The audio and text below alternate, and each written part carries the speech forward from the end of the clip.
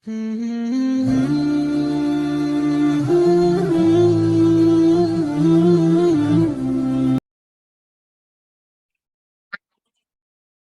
بالله من الشيطان الرجيم بسم الله الرحمن الرحيم رب اشرح لي صدري ويسر لي أمري واحلل عقدة من لساني يفقه قولي رب زدني علما اللهم فقهنا في الدين آمين اللهم صل على محمد وعلى آل محمد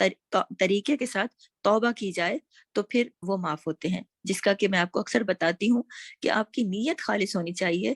اور آپ جیسے کہ نبی کریم صلی اللہ علیہ وسلم کا ارشاد ہے کہ اگر تم ان بڑی بڑی چیزوں سے پرہیز کرو جن سے تم کو روکا جاتا ہے تو ہم تمہارے چھوٹے گناہوں کا کفارہ کرتے رہیں گے. یہ حدیث رسول ہے.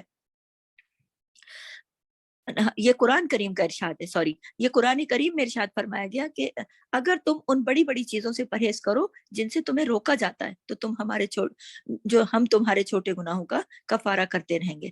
کیوں؟ کیسے؟ جب ہم چھوٹے چھوٹے گناہ کرتے ہیں نا، جب ہماری نیکیاں بھی ساتھ ساتھ ہم کرتے رہتے ہیں تو وہ چھوٹے چھوٹے گناہ دھلتے رہتے ہیں. لیکن جو بڑے گناہ ہیں، جیسا کہ میں نے ابھی ذکر کیا، ان کے لیے توبہ ضروری ہے. بالکل سچے دل سے توبہ ضروری ہے. نیت یہ ہونی چاہیے کہ آئندہ نہیں کریں گے، اللہ کا خوف دل میں رکھتے ہوئے اللہ سے معافی مانگنی چاہیے، توبہ کرنی چاہیے اور دوبارہ ان کو نہ کرنے کا عزم کرنا چاہیے. ہاں، اگر کبھی بندہ بشر ہے، غلطی سے دوبارہ کوئی غلطی غیر ارادی طور پر بھی ہو جاتی ہے تو دوبارہ توبہ کرنے میں دیر نہ لگائے، کیونکہ توبہ کا دروازہ کھلا ہے. اسی طرح وہ گناہ کے جن کا تعلق حقوق العباد سے ہے وہ اس وقت تک معاف نہیں ہوتے. یہ میں دوبارہ عرض کر رہی ہوں، بہت غور سے سنیے گا کہ چھوٹے گناہ نیکیوں سے معاف ہو جاتے ہیں، بڑے گناہ توبہ سے معاف ہو جاتے ہیں، اور حقوق العباد وہ ہیں، وہ اس وقت تک معاف نہیں ہوتے جب تک یا تو حقدار کو اس کا حق پہنچا نہ دیا جائے یا حقدار اس کو خود معاف نہ کر دے. تو یہ 3 باتیں آپ اپنے ذہن میں رکھیے گا کہ چھوٹے گناہ نیک اعمال سے معاف ہوتے ہیں، بڑے گناہوں کے لیے آپ کو باقاعدہ سچے دل سے توبہ کرنی ہوگی، اور حقوق العباد سے متعلق جو گناہ ہیں اس میں حقدار کو اس کا حق دینا ہوگا یا پھر اس سے معافی لینی ہوگی. ٹھیک ہے.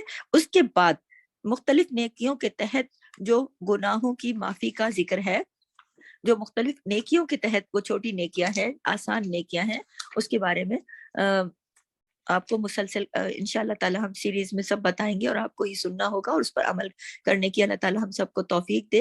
اور کسی کو بھی یہ غلط فہمی نہیں ہونی چاہیے کہ خواہ کسی قسم کے کتنے ہی گناہ کرتا رہے. یہ میں دوبارہ واضح کر رہی ہوں کہ وہ یہ سوچ لے کہ ہم جتنے بھی گناہ کرتے رہیں گے تو توبہ کے بغیر یہ چند آسان اعمال یا آسان نیکیاں جو ہیں وہ ان کو اللہ تعالیٰ معاف کرتا رہے گا. اس لیے میں ہر بار اس بات پر زور دے رہی ہوں کہ آسان نیکیاں بہت زیادہ آسان طریقے سے بہت زیادہ نیک اعمال کرنے کے کر کے نیکیاں حاصل کرنے کا ذریعہ ہے. لیکن اس کا مطلب یہ نہیں ہے کہ آپ آسان نیکیاں بھی کرتے جائیں اور بہت زیادہ گناہ بھی کرتے جائیں کہ یہ تو دھل رہے ساتھ. نہیں، گناہوں سے توبہ کرتے رہیں اور اس سے بچنے کی کوشش کریں. دراصل جس ماحول میں حضور صلی اللہ علیہ وسلم نے مختلف نیکیوں پر گناہوں کی معافی کا ذکر فرمایا نا، وہاں یہ تصور مشکل ہی سے آتا تھا کہ کوئی مومن کسی کبیرہ گناہ میں ملوث ہوگا. اس زمانے کی بات کر رہی ہوں. نبی اکرم صلی اللہ علیہ وسلم جب بتاتے تھے کہ ان نیکیوں پر آپ کو اتنا اجر ہوگا تو اس زمانے میں لوگ نبی کریم کے سامنے صحابہ اتنا کہ کوئی تصور بھی نہیں تھا کہ وہ کوئی گناہ کبیرہ کریں گے اور اس سے توبہ پھر نہیں کریں گے. یہ تو تصور ہی نہیں تھا نا. لہٰذا لوگوں کے زیادہ تر گناہ چھوٹے گناہ ہوتے تھے، صغیرہ گناہ ہوتے تھے. اس لیے حضرت صلی اللہ علیہ وسلم نے انہی کی معافی کا ذکر فرمایا ہے. جو حضور صلی اللہ علیہ وسلم کی جو احادیث میں معافی ہے نا کہ یہ آپ عمل کریں گے تو آپ کو اس طرح سے اس کی گناہ معاف ہو جائیں گے، تو یہ کون سے گناہوں کی معافی کا ہے؟ یہ چھوٹے گناہوں یعنی صغیرہ گناہوں کا. اس سے گناہ کبیرہ کی سنگینی اور توبہ کی ضرورت اور اہمیت میں کوئی کمی واقع نہیں ہوتی. یہ یاد رکھیے گا کہ بار بار میرا کہنے کا مقصد یہ ہے کہ اگر بڑے گناہ کیے یا ہو جائے کبھی غلطی سے تو اس کے لیے اللہ سے توبہ ضرور کریں. چھوٹے آسان نیکیاں آپ کے چھوٹے سارے گناہوں کی معافی کا سبب ہو سکتی ہیں، لیکن بڑے گناہوں کے لیے توبہ ضروری ہے. اور ان 2 باتوں کو پوری طرح ملحوظ رکھنے کے ساتھ ساتھ دوسری طرف حضرت صلی اللہ علیہ وسلم کا یہ ارشاد بھی کبھی بھی ہمیں نہیں بھولنا چاہیے کہ نیکی کی کسی بات کو ہرگز حقیر نہ سمجھو. یہ بھی نبی کریم نے ارشاد فرمایا کہ نیکی چھوٹی ہو یا بڑی ہو اسے کبھی حقیر نہ سمجھو، اسے کبھی چھوٹا نہ سمجھو. لہٰذا شیطان کے اس دھوکے میں کبھی نہیں آنا چاہیے کہ اگر ہم دین کے بڑے بڑے کام کرنے سے محروم ہیں تو ہم یہ چھوٹی چھوٹی نیکیاں کیوں کریں، یہ ہمیں کون سا فائدہ پہنچا دیں گی. نہیں، واقعہ یہ ہے کہ نیکی کا کوئی عمل بھی چھوٹا نہیں ہے، اور جس وقت جس نیکی کی توفیق ہو جائے اسے غنیمت سمجھ کر ضرور کر لینا چاہیے. کیا معلوم، کیا بعید کہ اللہ تعالیٰ اس نیکی کو قبول فرما لے تو اس کی برکت سے ہماری زندگی باقی ساری کی ساری درست ہو جائے. اس جذبے اور اس اعتدال فکر کے ساتھ آپ کو یہ آسان نیکیوں کی جو سیریز ہے اس میں آپ نوٹ کیجئے گا، عمل کی دعا کیجئے گا.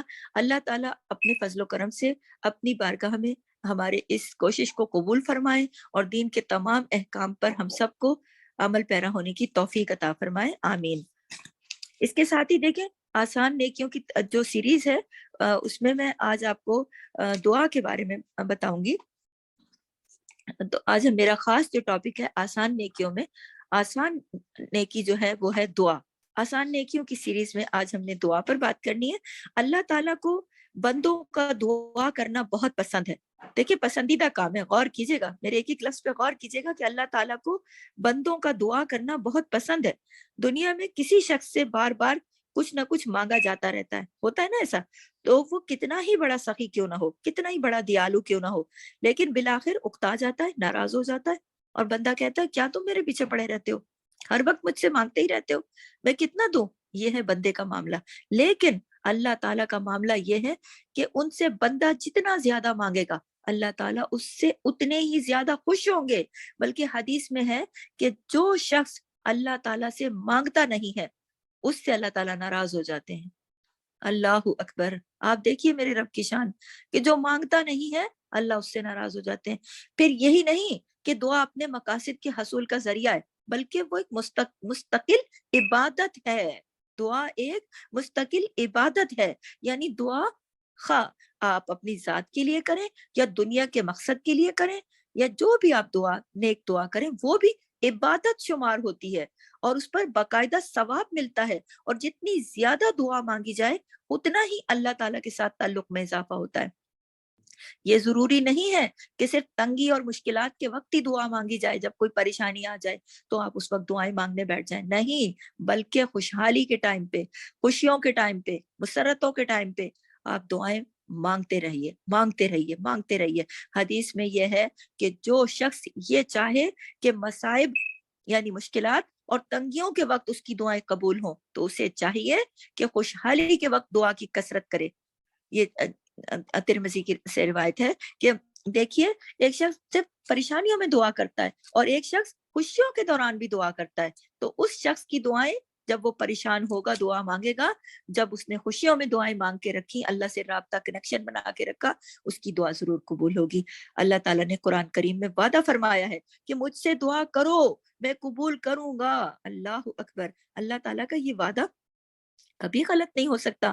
اس لیے یقین کے ساتھ دعا مانگنی چاہیے کہ وہ ضرور قبول ہوگی. اللہ تعالیٰ قبولیت کی صورتیں جو ہیں وہ مختلف کر دیتا ہے. بعض اوقات وہی چیز اسی طرح مل جاتی ہے جو ہم نے مانگی ہو، اور بعض اوقات وہ چیز اللہ تعالیٰ کے علم میں ہوتا ہے کہ یہ بندے کے لیے مناسب نہیں ہے، یہ بندے کے لیے فائدہ مند نہیں ہے، تو اللہ تعالیٰ اس سے اور زیادہ بہتر اور مفید چیز دنیا اور آخرت میں عطا کر دیتے ہیں. اس طرح ہر دعا کے 3 فائدے ہوتے ہیں. دعا کی قبولیت سے مرادیں پوری ہوتی ہیں. 3 فائدے نوٹ کر لیں اپنے پاس، لکھ کے رکھیے گا اپنے قلم سے، اپنے دل پر بھی اور اپنے کاغذ پر بھی، کہ دعا کی قبولیت سے مرادیں پوری ہوتی ہیں. ہر دعا پر ثواب ملتا ہے کیونکہ عبادت ہے نا، ماخذ العبادت ہے. اور نمبر 3، دعا کی کثرت سے اللہ تعالیٰ کے ساتھ تعلق میں اضافہ ہوتا ہے. پھر اگرچہ دعا مانگنے کے آداب میں یہ بات داخل ہے کہ قبلہ روح ہاتھ اٹھا کر زبان سے دعا مانگی جائے اور پھر پہلے کیا کیا جائے، اللہ تعالیٰ کی تعریف کی جائے، حمد و ثنا کی جائے اور درود شریف پڑھا جائے. لیکن اگر اس کا موقع نہ ہو، آپ کے پاس اتنا وقت نہ ہو، تو اس کے بغیر بھی دعا کرنا جائز ہے. اور اسی طرح اللہ تعالیٰ نے دعا کو اتنا آسان فرما دیا ہے کہ وہ تقریباً ہر وقت اور ہر جگہ مانگی جا سکتی ہے. چلتے پھرتے، اٹھتے بیٹھتے، کام کرتے ہوئے، اپنا کوئی دوسرا کام آپ ہاتھ سے کر رہے ہیں، زبان سے آپ دعا مانگ سکتے ہیں.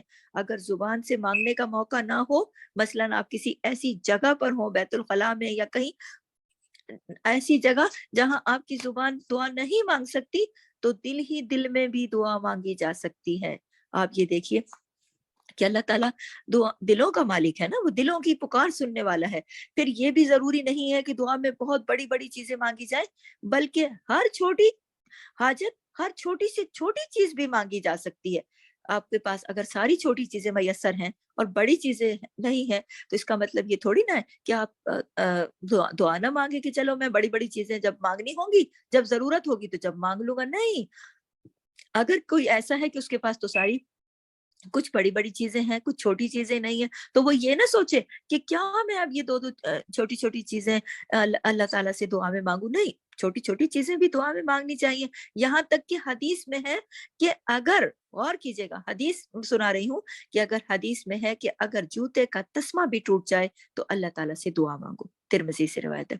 تو آپ دیکھیے کہ جوتے کا تسمہ بھی چھوٹی سی حقیر چیز ہے، لیکن میرے نبی نے یہ بھی فرما دیا کہ آپ کو وہ بھی چاہیے، دعا مانگیے۔ آپ اس ارادے سے دعا مانگیے کہ یہ تو میں عبادت میں ہوں، تسمہ تو مجھے اللہ دے گا۔ کوئی بھی چیز آپ کے دسترس میں ہوتی ہے وہ اللہ کا فضل ہوتا ہے۔ چھوٹی سے چھوٹی چیز آپ خریدنے کی طاقت رکھتی ہیں، آپ کو اللہ کا فضل میسر ہے۔ آپ دعا مانگ کے اس کو عبادت بنا لیجئے، اور آپ دعا مانگ کر اس کو عبادت بنا کر اسی چیز کو لیں گی، وہ چیز آپ کے لیے جب تک آپ کے ہاتھوں میں رہے گی اللہ تعالیٰ آپ کو اس کا اجر دیتے رہیں گے۔ اور اگر اس پر آپ نے شکر کر دیا، الحمدللہ کہہ دیا، تو پھر بات اور بھی زیادہ اس کا قابل تعریف ہے کہ اس اللہ تعالیٰ نعمتوں میں اضافہ کر دیتا ہے۔ تو لہٰذا اس بات کی عادت ڈالنی چاہیے کہ جب کوئی چھوٹی سے چھوٹی بھی حاجت پیش آئے تو اس کو اللہ تعالیٰ سے مانگا جائے۔ کوئی معمولی سے معمولی تکلیف ہو، اس کا ازالہ بھی اللہ تعالیٰ سے طلب کیا جائے۔ ہم کیا ہوتا ہے، ہمارے سر میں درد ہوتا ہے، ہم آہو بکا تو بہت کرتے ہیں، لیکن مجالے جو کہیں کہ اللہ تو یہ درد بھی تو نے دیا، میں بھی تیری بندی ہوں، میری دعا قبول کر، مجھے میرے درد کو ٹھیک کر دے۔ بے شک کہ ہمارے بچے بیمار ہوں کوئی، تو ہم فوراً لے کے ڈاکٹر کے پاس جاتی، تدبیر ہے، لیکن جاتے ہوئے دعا مانگ سکتے ہیں کہ اللہ ہم تدبیر کرنے جا رہے ہیں کیونکہ یہ سبب کی دنیا ہے، لیکن شفا تو نے دینی ہے تو سوری، ہم جو کرنے جا رہے ہیں تو ہمیں شفا دینا یا ہمارے بچوں کو شفا دینا۔ تو کوئی بھی حالت ہو، کوئی بھی معاملہ ہو، اس میں دعا کے ساتھ کیا جائے تو وہ عبادت بن جائے گا۔ کوئی معمولی سے معمولی چیز، کوئی معمولی سے معمولی تکلیف، کوئی معمولی سے معمولی کام، جس طرح کے جب بچے کو جب کوئی ضرورت پیش آتی ہے یا کوئی ادنا تکلیف پہنچتی ہے، وہ اپنی ماں کو پکارتا ہے نا، چھوٹا بچہ ماں کو پکارتا ہے نا، اسی طرح بندے کو چاہیے کہ وہ اللہ تعالیٰ کو پکارے اور پکارتا رہے۔ یہ نہیں کہ پکارا اور بھول گئے، نہیں، پکارتا رہے، چلتے پھرتے اٹھتے بیٹھتے کام کرتے ہر وقت کچھ نہ کچھ اللہ تعالیٰ سے مانگتا رہے۔ عادت ڈال کر دیکھیں، انشاءاللہ تعالیٰ جب عادت ہوگی تو اللہ تعالیٰ اس آپ کی عادت میں بہت زیادہ ترقی دیں گے۔ آپ یہ دیکھیے کہ آپ نے اپنے چلتے پھرتے ڈرائیو کرتے، آپ بچوں کو لینے اسکول جا رہی ہیں، آپ چھوڑنے جا رہی ہیں، آپ اپنے گھر کے کام کر رہی ہیں، آپ مصروف ہیں، آپ کے پاس ایک منٹ کا بھی اگر خالی وقت ہے، آپ اپنا کھانا ہی پکا رہی ہیں، آپ دعا مانگے، یا اللہ میرے کھانے میں لذت دے، یا اللہ میرے کھانے میں برکت دے۔ آپ اپنے بچوں کو چھوڑنے جا رہی ہیں، آپ دعا کریں، یا اللہ میرے بچے علم حاصل کرنے جا رہے ہیں، اس علم کو میرے بچوں کے لیے نافع علم بنانا، انہیں روشن مستقبل عطا کرنا، انہیں تو ہدایت پر چلانا، انہیں تو حفاظت پہ رکھنا، جہاں میرے بچے جائیں میں جا رہی ہوں ان کو چھوڑنے، مجھے بھی حفاظت میں رکھ، خیر سے لے کر جا، خیر سے واپس اپنے گھر لے کر آ۔ دیکھیں، آپ یہ نہ سوچیں یہ تو چھوٹا سا راستہ ہے، کبھی بھی میرے ساتھ یہاں تو کوئی ہیپن نہیں ہوا تو اب کیسے ہوگا، نہیں، ہو جاتا ہے۔ آپ بچے کو لینے جاتی ہیں، آپ کا تھوڑا سا پیر اونچ نیچ ہو جاتا ہے اور ذرا سا آپ کے پیر میں تکلیف ہو جاتی ہے، اور اس کی وجہ سے آپ کی کتنی نمازیں چلی جاتی ہیں، کتنے آپ کے نقصان ہوتے ہیں، کتنا آپ آگے آپ کی عبادات متاثر ہوتی ہیں۔ تو ہمیشہ دعا کو اپنا شعار بنائیے، دعا مومن کا ہتھیار ہے۔ آپ کسی ایسی جگہ چلی جاتی ہیں نا جہاں آپ کی زندگی کو خطرہ ہو، کوئی درندے ہو، کوئی جنگل ہو، کچھ ہو، تو آپ اگر خالی ہاتھ ہیں تو آپ ڈریں گی، لیکن اگر آپ کے ہاتھ میں ہتھیار ہے تو آپ کو یہ محسوس ہوگا کہ میرے ہاتھ میں ہتھیار ہے، میں بھی اس سے اپنا بچاؤ کروں گی۔ تو دعا جو ہے وہ مومن کا ہتھیار ہے، بہترین عبادت ہے، مغز العبادت ہے، عبادت کا مغز ہے، اور ہر پل اللہ سے جڑنے کا ایک طریقہ ہے، راستہ ہے، کنیکشن ہے۔ وہ طریقہ ہے کہ آپ ڈائریکٹ اپنے رب کے ساتھ مخاطب ہو۔ آپ یہ سوچو کہ جو شخص دعا نہیں مانگتا وہ رب سے روٹھا روٹھا رہتا ہے، اللہ اکبر، اور جو دعا مانگتا ہے وہ اپنے رب سے راضی ہے، اسے یقین ہے کہ میرا رب ہر چیز پر قادر ہے، وہ سنتا ہے، وہ دیتا ہے، وہ میں چاہے گنہگار ہوں اور چاہے خطا کار، لیکن میں اپنے رب سے رابطے میں ہوں، اور میرا رب میری دعا ضرور قبول کرے گا، کیونکہ وہی دعاؤں کا قبول کرنے والا ہے، کیونکہ وہی سب کچھ عطا کرنے والا ہے، کیونکہ وہی اس دنیا کا خالق و مالک ہے، اس کے بغیر میں اس دنیا میں کچھ بھی نہیں۔ دیکھیں، دعا کا احاطہ کریں اپنی سوری دعا کا احاطہ کریں اپنی پوری زندگی کے اوپر، تو آپ یہ دیکھیں کہ کون سا لمحہ ہے کہ آپ کو دعا کی ضرورت نہیں۔ آپ کو اور مجھے ہر ہر پل، ہر ہر لمحہ، ہر ہر آن دعا کی ضرورت ہے، اللہ تعالیٰ سے رابطے میں ضرورت ہے۔ ہمارے بچے گھروں سے باہر جاتے ہیں، آج کل کا ماحول دیکھیے، فتنے دیکھیے، کتنے فتنوں کا دور ہے، ہم کیسے بچا سکتے ہیں؟ اللہ سے دعا کر کے ہم اپنے گھروں کو شیطان کے شر سے اور تمام چیزوں سے کیسے محفوظ رکھ سکتے ہیں؟ اللہ ہی رکھ سکتا ہے نا۔ ہمارا کام ہے صرف دعا کرنا، ہمارا ہتھیار ہی یہی ہے کہ ہمارا کام ہے صرف دعا کرنا۔ اکثر مائیں مجھے کہتی ہیں ہم اپنے بچوں کو بہت دین کی طرف لانا چاہتے ہیں لیکن اب وہ نہیں آتے، تو میں ان کو یہی کہتی ہوں، اور دوبارہ میرے خیال سے ہم سب کے لیے ہے یہ بات، کہ ہمارے پاس اب ایک ہی ہتھیار ہے۔ جن کے بچے بڑے ہو گئے وہ بڑے بچوں کے لیے دعا کریں، اور جن کے بچے چھوٹے ہیں وہ کوشش بھی کریں اور ساتھ دعا بھی کریں کہ اللہ تو ہماری اولادوں کو نیک بنا، صالح بنا، دیندار بنا، نمازی بنا۔ دیکھیں، بعض اوقات ڈائریکٹ اسی حالت میں دعا قبول ہو جاتی ہے، اور بعض اوقات دعا کسی اور میں آگے چل کر دعا قبول ہوتی ہے، لیکن قبول ضرور ہوتی ہے۔ بعض اوقات بعض مائیں کہتی ہیں کہ ہماری زندگی گزر گئی اپنے فلاں بچے کے لیے دعا مانگتے مانگتے، اس کو ہدایت نہیں آ رہی، لیکن ہو سکتا ہے کہ اس کی اولادوں میں سے کسی کو ہدایت مل جائے، آپ کی ساری دعائیں آگے اس کی اولادوں کے لیے قبول ہو جائیں۔ ہو سکتا ہے کہ آپ کی اس اولاد کے اوپر کوئی مصیبت آئی پڑی ہو، اور آپ کی دعائیں جو ہدایت کے لیے آپ نے مانگی، وہ اس کی جان اور اس کی زندگی کی حفاظت کے لیے اللہ تعالیٰ ان دعاؤں کو آپ ان کا اجر دے دے۔ تو کوئی بھی ہو سکتا ہے کہ کوئی مسئلہ اور ہو جو دعاؤں کے ذریعے سے حل ہو جائے، تو کبھی بھی یہ نہیں سوچنا چاہیے کہ میں نے دعا مانگی تھی، پتہ نہیں قبول ہوگی کہ نہیں۔ دعا قبول ہوتی ہے، دعا بہترین عبادت ہے، دعا مغز العبادت ہے، دعا آسان نیکی ہے۔ تو دیکھیے، ہم شعبان کے مہینے سے گزر رہے ہیں، اور شعبان کے مہینے میں اللہ تعالیٰ کے حضور ہمارے اعمال نامے پیش کیے گئے ہیں، پیش ہو چکے ہیں۔ یہ یاد رکھیے، ہم شعبان سے گزر رہے ہیں اور ہمارا اعمال نامہ میرے رب کے حضور پڑا ہے۔ جیسے کسی کی فائل کسی باس کے ٹیبل پہ پڑی ہوتی ہے، اب اس نے دیکھنا ہے کہ آپ نے سال بھر کیا کیا۔ ہم سال بھر اللہ کی نظر میں تھے، ہمارا اعمال نامہ اللہ کی نظروں میں تھا، لیکن اس وقت تو پورا ریکارڈ پڑا ہوا ہے نا۔ تو اس وقت پورا ریکارڈ پڑا ہے اور پیشی کی حالت ہے، تو اللہ تعالیٰ سے دعا کیجئے کہ اللہ میرے پچھلے گناہوں کو معاف کر دے، جو میرے اعمال نامے میں درج ہیں انہیں مٹا دے، انہیں مٹا دے۔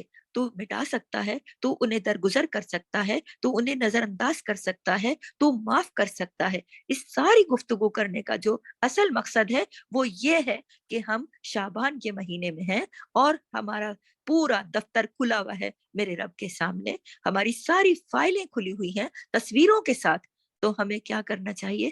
آسان طریقے سے، آسان نیکیوں میں جا کر اگر ہم کچھ کر سکتے ہیں تو وہ ہے دعا، کہ اللہ ہمارے نیک اعمال جو ہیں ان کو سلامت رکھ، اور ہمیں ان کی حفاظت کرنے والا بنا، ہمیں ان پر استقامت دے تمام عمر کے لیے، اور ہمارے سارے گناہ مٹا دے، اور ہمارے سارے گناہوں کو نیکیوں میں بدل ڈال۔ آپ حیران ہوں گی یہ سن کر، اللہ طاقت رکھتا ہے، اللہ قدرت رکھتا ہے، وہ ایک کن کہتا ہے اور سب ہو جاتا ہے۔ وہ چاہے تو آپ کے اور میرے سارے گناہوں کو نیکیوں میں بدل سکتا ہے، اور میری دعا ہے کہ اللہ تعالیٰ آپ کے، میرے، ہمارے والدین کے اور ساری امت کے سارے گناہوں کو اللہ نیکیوں میں بدل دے۔ میں دعا کرتی ہوں کہ اللہ تعالیٰ آپ کے اور میرے سارے نیک اعمال کو سلامت رکھے، اس کا اجر بڑھا چڑھا کر ہمیں بھی دے، اور ہمارے والدین کو بھی دے، اور ہمارے نیک اعمال اور ہمارا ہر نیک عمل ہمارے لیے اور ہمارے والدین کے لیے اور تمام امت مسلمہ کے لیے صدقہ جاریہ بنا دے۔